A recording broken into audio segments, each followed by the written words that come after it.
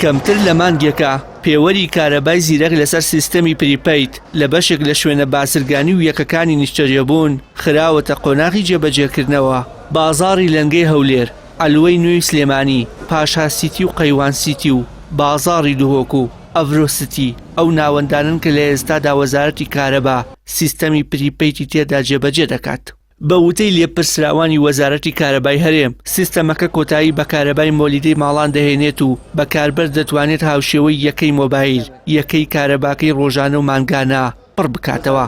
سەردانی ئەلوەی نوێی سلێمانیم کردووە تا ئەوەی لە زاری خۆیانەوە بە کاربەران و کاسبکاران باس لە پێوەر و سیستەمە نوێیەکەی وەزارەتی کارەبا بکەن.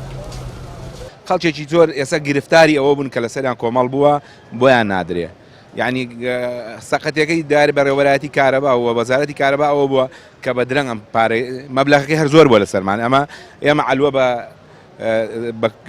تیجاری بۆمان حسابەکرێ 156 دینارمان لێ ئێستا حسابەکرێ. ئەمە شتێکی زۆر ناقانونیە بۆ ئەلوە چونکە تیجاری نیە، ئەلوە شتێکی زەراعیە. ئێمە خزمەت بە کەرتی کشتتوکاڵەکەین. حکوومەتی یاریێمی کوردستان خازەرە وەزارەتی کشتتوکاڵە بێ هاوکاریمان کا لە ڕووی ئەوە کارەبامان بۆ کەم کاتەوە، چونکە ئێمە ئەو بەڕادمانەیە ساردکەرەوەمانەیە ئەو بەروبوومەی خۆماڵی کێسێت لای من ئەگەر بیخەمە بەڕادەوە تێک ناچێ ئەمێنێتەوە خازار ڕۆژە لە کاتە هاوینەکانە. طبعا ئەمیشانامی لە بەرژەوەندی کۆمپانیایەکەی بە کۆمپانیایش سودمەند دەبێ، سودمەندەکە لە کێبێ لە چینی کاسب و لەو چینێ سودمەند دەبێ. حکوومەتی هیچ شتێکیش ناگێڕێتەوە بڵین ئەو زیادەی ئەو کارەبایە بە زیادەوە لێوەرەگرێ گرانیان کردووە دایان نەبەزانەوە لەگەڵەوەی کە کارەباکە دەهاتێ چەندان نەبەزانەوەرەوەیە عینی پارە و جاران و بگرە زیاتریش.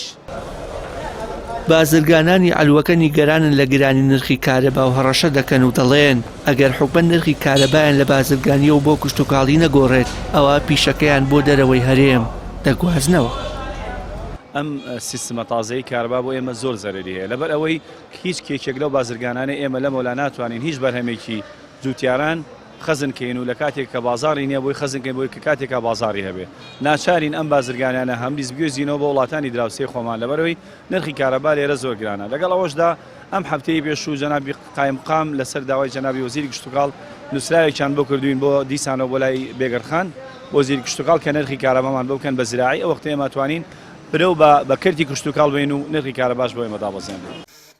حکومەت نرخی 1 کیلۆوات کارەبای بۆ ناوەندە بازرگانەکان بە 157 دینار دیاری کردووە و ئەم نرخەش پیشەوەرانی نیگەران کردووە و دەڵێن حکومەت سیستەمێکی خستووەتە بواری جێبەجێکردنەوە کە تەنها خزمەتی خۆی دەکات و تاکە سوودیشی کێشانەوەی پارەیە لە هاوڵاتیان. وشیار محەممەد، کەناڵی ئاسمانی پەیام، سلێمانی.